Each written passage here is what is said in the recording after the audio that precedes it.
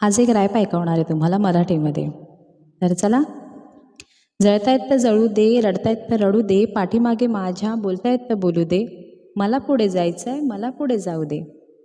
जळणाऱ्यांना यश माझे बघवत नाही बघ, म्हणून करतात मला ब्लॉक, त्यांना करमत नाही बघ. इथे तिथे तोंड मारून चुगली माझी करतायत, तरी त्यांचं काही पोट भरत नाही बघ.